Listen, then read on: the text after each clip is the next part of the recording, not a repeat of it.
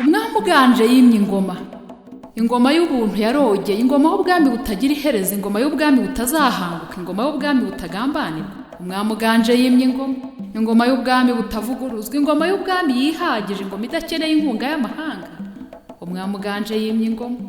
Ingoma itari y'igitugu yihererwamo uburenganzira bwo guhitamo icyiza n'ikibi. Iyo ngoma ni ya Kristo Yesu. Umwami uganje yimye ingoma. Umwami w'amahoro yarimitse ku bwami bwe n'ubwiteka ryose. Inzira ijya muri ubwo bwami abagenzi naho babaswa ntibazayiyoba, izitwa iyo kwera no gukiranuka. Umwami uganje yimye ingoma. Mugira umwete wo kunyura mu irembo rifunganye, kuko ari ryo rembo ry'intama. Nimuzibukire inzira y'igihogera, aho umuntu agenda uko yishakiye. Nyabuneka ubu bwami bufite amateka bugenga.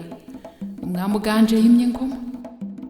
Musoma urya mwana kugira ngo atarakara, akabarimburira mu nzira. Ashishikazwa no gushaka ibyanezeza uwo mwami, kuko ijambo rye rigira riti nimushaka Uwiteka bigishoboka akabonwa. Umwami uganje yimye ingoma. Mu mwambaza akiri bugufi, umunyabyaha nareka ingeso ze, akongera akarangurura ati igihe kirageze kandi kirasubi ubwo abasenga data basengera mu kuri no mu mwuka wera. Umwami uganje yimye ingoma. Akongeraho kabo ngabo ari bakeneye ko bamusenga bitondera ibyanditswe byera, ariyo Bibiliya yera. Umwami uganje yimye ingoma. Iyo ngoma niyo turiho, ushima Imana ko wayivukiyeho.